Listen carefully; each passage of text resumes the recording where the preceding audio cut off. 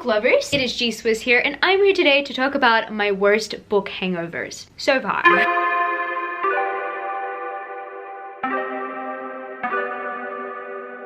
If you didn't know, this is a 7 on Sunday topic, and I am the host of 7 on Sunday. I will link the Goodreads page down in the description where you can check it out and you can participate in a topic in the future. And today I'm talking about some really bad aftermath experiences of when I've read books. I don't know whether people experience book hangovers the same way that I do, where you just can't get into another series and you feel like a little bit slumpy, or it just leaves some sort of empty void within you, like you need to keep on reading the series, or there's just some sort of continuation, there's a denial stage. That's what I go through every single time I go through a book hangover. Essentially withdrawals. Right here I've got around 7 books. I'm pretty sure I've had really bad book hangovers over the years that have expanded past 7 books, but I'm just going to be talking about 7 that are fresh on my mind right now. I guess without further ado, let's get into those. I'm going to be starting off with The Crown of Gilded Bones by Jennifer L. Armentrout. If you guys don't know, this is the 3rd book in the Blood and Ash series. Funny because I not only experienced a book hangover from this book, but I experienced a book hangover from the 1st book even though A Kingdom of Flesh and Fire was already out. The reason why I felt hungover in a way after I read Blood and Ash during reading A Kingdom of Flesh and Fire is because I preferred Blood and Ash over Kingdom of Flesh and Fire, because Flesh and Fire, that book in particular, is very slow, but also you spend a lot of time with this kind of antagonistic character. Like, he's just really annoying, he's just there all the time and he's slowing down the plot, and I felt a lot of withdrawals from the 1st book because I loved the time that we got to spend with Poppy and Hawke together mostly, and so I felt like there was a character in the 2nd book that kept on interrupting moments and kept on making things worse. Anyway, that aside, I did experience a book hangover after from Blood and Ash, and then I experienced even more of a book hangover after reading The Crown of Gilded Bones. This book came out earlier on this year. In my personal opinion, it is the best book in the series. I love how much time I got to spend with it. It is actually the only book in the series I've read once so far, because I know if I read it a 2nd time, I'm going to experience the book hangover feels that I had beforehand. But I loved this one in particular because there was a lot of action and the relationship was already established. Like, I know the tension between the two in the other book was something for other people to look forward to, but I just liked that they finally kind of got together and we got that over and done with. Even though I do like the tension, having the other character in the middle of it, I'm not talking about Kieran, I'm talking about another character trying to interfere. That was annoying.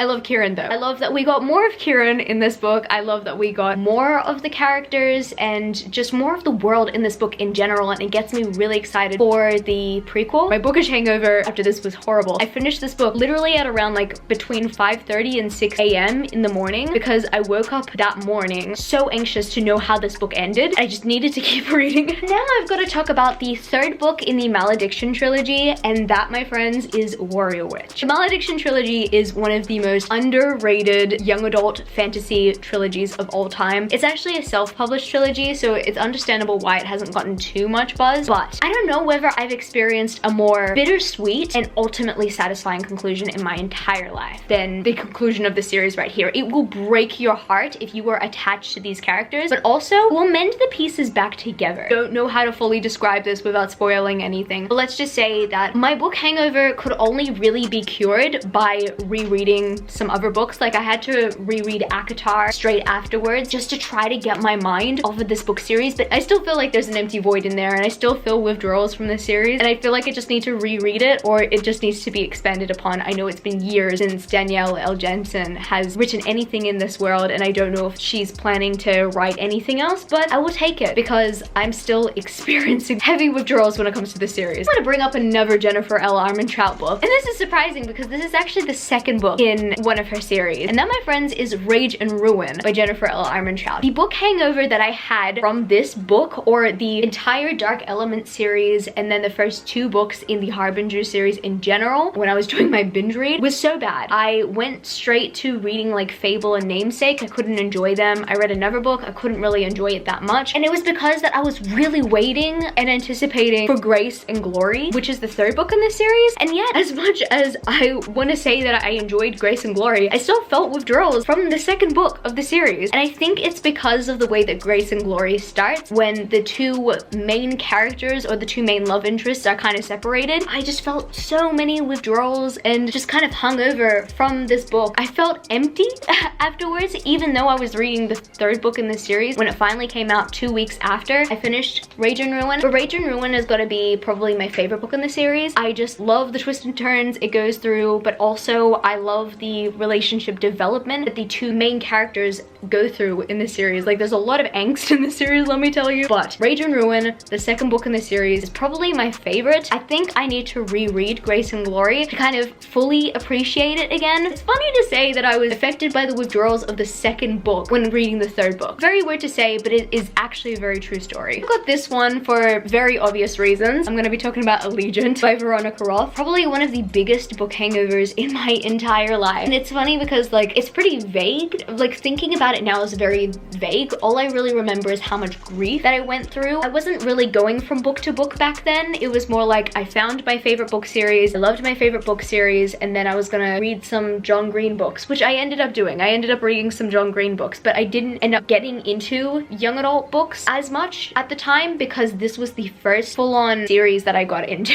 It's not like I was reading other books and they were affected by my reading experience of this book series. However, this being said, the withdrawal period was so bad. I do remember this for a fact because I was 18 years old at the time when I was reading Divergent. I'm like 25 now, it's been 7 years, but I do remember going to college just feeling sad and absolutely struck with grief when it came to the series and just how much I missed these characters and missed what was going on. And I know that a lot of people like to continue on the storyline a bit through fan fiction. Even Veronica kind of wrote a novella about the world, and I still kind of just cannot bring myself to read it because I kind of know what happens in terms of, like, you know, the romance, and I just kind of want to leave it up to my interpretation and just leave it alone. I know that 4 deserves to be happy, but this being said, I kind of just like to leave it at here. I think a lot of people long for more when it comes to series. I do long for more when it comes to this world. I still want to experience this world, but if I want to experience this series again, I just want to reread it and appreciate it in its fullness. I understand why people don't want to, because I know that Allegiant is not the most liked book in the world. I get that. I enjoyed the entire series for what it was. Now I'm going to bring up another Veronica Roth book, and that is Chosen Ones by Veronica Roth. I read this 5 times last year. It is one of my favorite books ever now. I did not think that I would ever experience an absolute favorite book from an absolute favorite author that is Veronica Roth, because I think when you have like your favorite series from them, sometimes you just feel like they cannot top it. And yeah, you know, for me, in a way, Divergent can't be topped for when I read it originally and how much it meant to me initially and how much it still means to me, how much it has built me throughout my days. When it comes to Chosen Ones, it's a lot more applicable to my older self. The withdrawal period, I'd say, for when I first read it was so bad because I binge read it in a day that I just could not help but read it again. But not only that, I reread it again. So I read it 3 times in a row. I loved it that much. And I understand why a lot of people don't love it as much, especially because either it's darker themes or just the way that it's told. It's a little bit choppy when it comes to its style because there are a lot of files in here. It's not like the Illuminae files where essentially everything is shown in like super mixed media. But if there's a way that I would recommend that you experience this book, it would definitely be through audiobook. Dakota Fanning does a great job as Sloane and you get to hear so many different voices. It's really good. And I think at some point Veronica makes a cameo in the audiobook and I love that so much. So yes, I experienced this book 5 times over already. I highly recommend it, but oh boy, the book hangover was so bad and I don't even know when book 2 is coming out, but let me tell you, I need book 2 as soon as possible. And this second last book I need to bring up is kind of for obvious reasons. I mean, you guys saw my reading vlog for A Court of Silver Flames. You guys kind of already knew that I was going through a withdrawal period. Even though I was rereading the book, I was reading it for a second time when I was filming the reading vlog. Even though I was reading it for a second time, I already read it the first time, therefore I was grieving the first time when I was reading it straight away the second time so that I could get all my thoughts and feelings on camera. And that's really funny. Yeah, no, my withdrawal period with this book was terrible. There's even more reason why it was terrible. I I just mentioned the Malediction trilogy by Danielle L. Jensen, and I had the ACOTAR series to kind of back me up there, because like I got back into the ACOTAR series to get over my book hangover when it came to the Malediction trilogy. After this series, I didn't know necessarily where to go to next, and that was tough, but we got through it eventually. But my withdrawal period for A Court of Silver Flames was terrible, and I think it was also because I just experienced the entire ACOTAR series before going into the first book in the spin-off kind of trilogy where they explore the other characters in the series. That's what I have to say about this one. But the next book and the final book that I have to mention, I say takes the cake when it comes to book hangovers. Now, my friends, is The Invisible Life of Addie LaRue by Victoria Schwab, or V.E. Schwab. The book hangover I experienced from this was absolutely excruciating. I was crying for days. It's a lot easier to process the ending, but I just know that if I was to reread the book, it'd just still be painful again, because it's not just the ending. It's the entire book. It's the entire concept of someone being invisible and not being remembered, and how lonely that would feel. I remember just feeling so depressed and so sad when reading this book, but yet at the very same time, I gained so much hope from it. Just the thought of being remembered just made me so happy, you know? Addie LaRue lived in my mind rent-free. I think I even made a joke about it on Twitter saying, look, Addie LaRue can't necessarily live in a place, but she can live in my mind rent-free if she wants to. Because she does. It actually makes me sad now thinking about it. I actually want to cry. This book gave me the ultimate book hangover. I think it was so excruciating because it was one I did not expect. With Victoria Schwab's books, yeah, you know, of course, they do have some sort of impact on me, but I don't know if I've ever experienced a book hangover from any of them. Like maybe the Darker Shade of Magic series, yes, I probably did experience a book hangover from that. It's been years since that, but nothing will compare to how this book made me feel. So I guess that's gonna be it for this video today, book lovers. If you happen to enjoy this video, don't forget to give it a thumbs up and subscribe to my channel if you haven't yet already. Joined the amazing community of book lovers. And also I have social medias. I'm at gswizzlebooks on Twitter and Instagram, and I'm also at Goodreads. That's www.goodreads.com/gswizzle. I love you, book lovers, and I will see you later. Peace. Started out with half and I flipped it into double. Started out with half and I flipped it into double.